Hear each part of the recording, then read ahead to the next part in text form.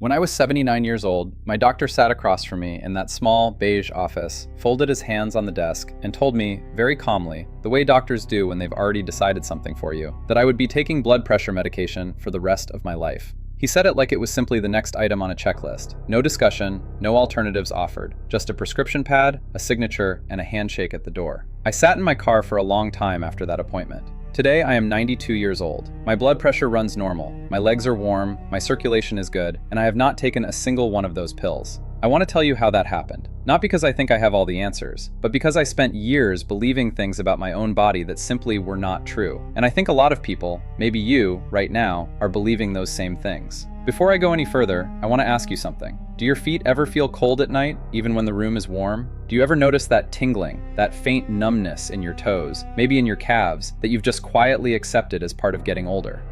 Do you wake up and your feet feel like they belong to someone else for the first few minutes? I'm asking because I know that feeling. I lived with it for years, and I was told more than once that it was simply what aging felt like. That is the first myth I want to talk about. For a long time, and I mean a long time, well into my 70s, I accepted something that I now believe is one of the most damaging ideas passed around in American medicine. The idea is this, that as you get older, your blood vessels naturally weaken, your circulation naturally declines, and there is simply nothing meaningful you can do about it. You manage the symptoms, you take the medication, you adjust your expectations downward. That's the deal. I heard versions of this from multiple doctors over multiple decades. They weren't unkind people, they weren't trying to mislead me, but there is a kind of institutional resignation that gets passed from one generation of physicians to the next, and it ends up in the exam room with you, whether anyone intends it to or not. I remember one doctor, this was in my early 70s, who told me that my cold feet and occasional numbness were just, quote, part of the aging process. He said it with a kind of gentle finality, the way you'd explain to a child that summer eventually ends. And I nodded, because what did I know? He had the degree on the wall, he had the white coat.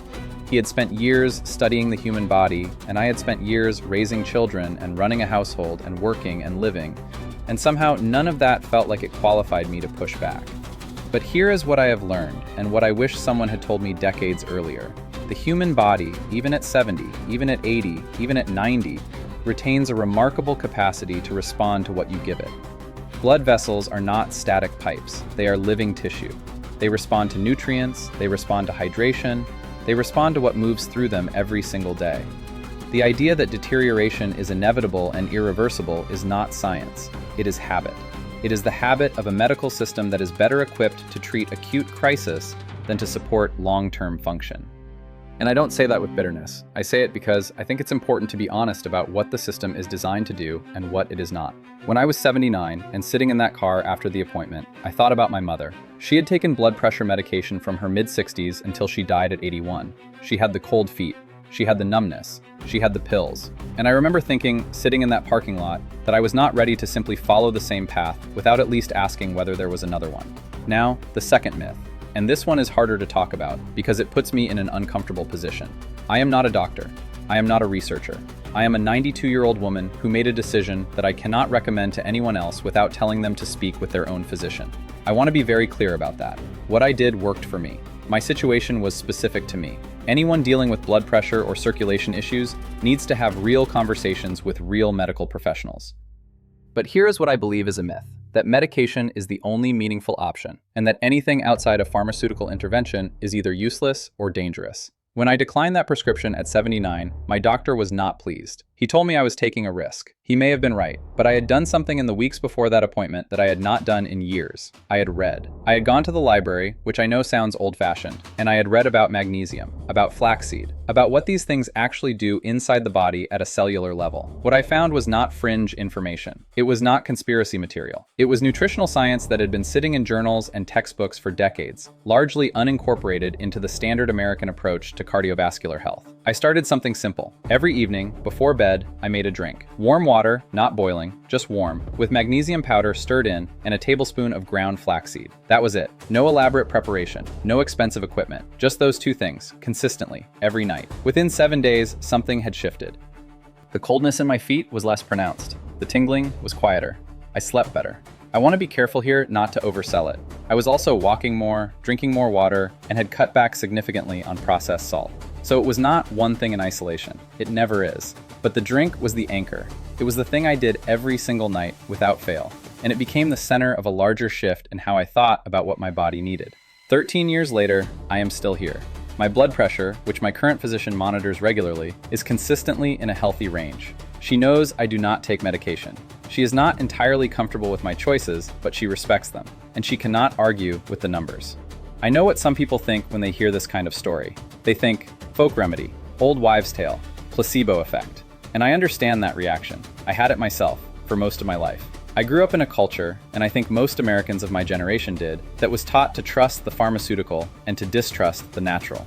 If it came in a bottle with a label from a pharmacy, it was real medicine. If it came from a plant or a mineral, it was, at best, supplementary, and at worst, quackery. That is the third myth I want to address. Let me offer you two simple images, because I think sometimes the most honest explanations are also the most straightforward ones. Magnesium is something your body already knows how to use. It is not a foreign substance. It is not something manufactured in a laboratory to interact with your biochemistry in ways that have to be carefully managed and monitored for side effects. It is a mineral that your muscles, including the smooth muscle tissue that lines your blood vessels, use to relax. When you are deficient in magnesium, which a significant portion of the American adult population is, those muscles stay in a state of low-grade tension. Your blood vessels are slightly contracted. Your blood pressure runs slightly high. Your circulation is slightly compromised. You supplement the magnesium, and those muscles remember how to let go. That is not magic. That is physiology. Flaxseed is different, but equally straightforward. Think of your arteries, and I know this is a rough image, but bear with me. Think of them like pipes that have gradually accumulated a kind of residue on the interior walls. Years of a certain kind of American diet, years of processed food and refined oils and excess sodium leave something behind. The omega-3 fatty acids in flaxseed, the soluble fiber, the lignans, these things help. They help reduce that accumulation. They help keep the inner lining of your vessels smoother and more flexible. If magnesium is a natural relaxant for the vessel walls, flaxseed is something like a gentle cleaning agent for the interior. Not a miracle, not a cure, but a consistent daily contribution to a system that is trying very hard to keep you alive. I think about those two images often, and I think about how many people I have known over the years, neighbors, friends, family members, who were never told any of this, who were handed a prescription and sent home and told to come back in 3 months, and who assumed, reasonably, that the prescription was the whole answer. Here is something I have thought about quite a bit, and I want to say it carefully because I am not interested in alarming anyone or pushing anyone toward conclusions that aren't warranted. The food that most Americans eat every day, particularly the processed food, the packaged food, the food that has a shelf life measured in years, is almost systematically depleted of magnesium. This is not a secret, it is documented. The refining process that turns whole grains into white flour removes the majority of the magnesium content. The industrial farming practices that have dominated American agriculture for the past several decades have gradually reduced the mineral content of the soil, which reduces the mineral content of the vegetables grown in that soil, which reduces the mineral content of the people who eat those vegetables. I'm not saying this is a deliberate conspiracy. I do not believe that. I think it is the accumulated result of a food industry optimizing for shelf life, palatability, and profit, which are not inherently evil motivations, but they are motivations that have nothing to do with your magnesium levels.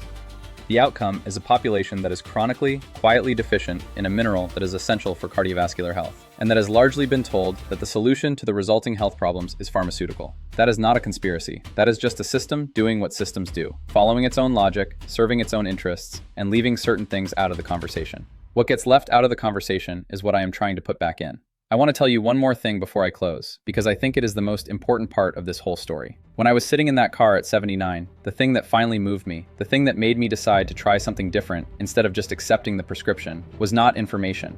I had information. I had read about magnesium and flaxseed in circulation. The information was there. What moved me was a feeling I could not quite name at the time, but that I can name now. It was the feeling that my body still belonged to me, that it was not simply a machine that had run past its warranty period and now required manufacturer support to keep functioning.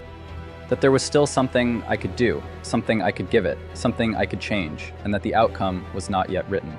I think that feeling is something a lot of Americans struggle with, especially as they get older. There is a particular kind of helplessness that the medical system, for all its genuine achievements, can inadvertently produce. You go in with a problem. You come out with a diagnosis and a prescription. And somewhere in that transaction, the sense that you are an active participant in your own health, that you have agency, that your daily choices matter, that your body is responsive and not just deteriorating, that sense gets quietly set aside. I refuse to set it aside. And I am 92, and my legs are warm, and I sleep through the night, and I am telling you this story. I am not telling you to do what I did. I am genuinely, sincerely not saying that. Your body is not my body. Your history is not my history. Your relationship with your physician is yours to navigate. What I am saying is that the conversation about what is possible, what the body can do when it is given what it actually needs, is a conversation worth having. And it is a conversation that, in my experience, does not always get initiated in that beige office with the prescription pad on the desk. There are physicians who understand this. There are doctors who will talk to you about magnesium deficiency, about the role of omega-3s in vascular health, about the difference between managing a symptom and addressing an underlying nutritional reality. They exist. They are not always easy to find, but they exist, and if you have not found one yet, it might be worth looking. The doctors who know this, the ones who have read the same research I stumbled across in a library at 78 years old, they don't always bring it up first. Sometimes they bring it up if you ask. Sometimes you have to be the one who walks in having already done some reading, already having some questions, already being unwilling to accept the first answer as the only answer.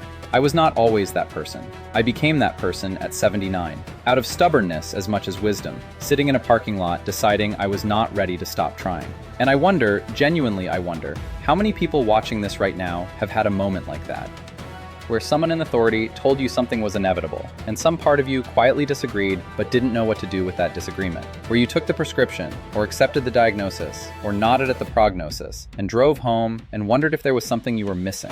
I think that moment is more common than we talk about. I think a lot of people have sat in that parking lot, metaphorically speaking, and not known what to do next. I did not know what to do next either. I just knew I was not done yet. 13 years later, warm feet, clear numbers, no pills, I am still not done. And if any part of what I've shared today sits with you, if something I said reminds you of your own experience or someone you love, I hope you'll carry it into your next conversation with your doctor. Ask about magnesium, ask about flaxseed, ask what your options actually are, beyond the prescription pad. You might be surprised what happens when you ask. I was.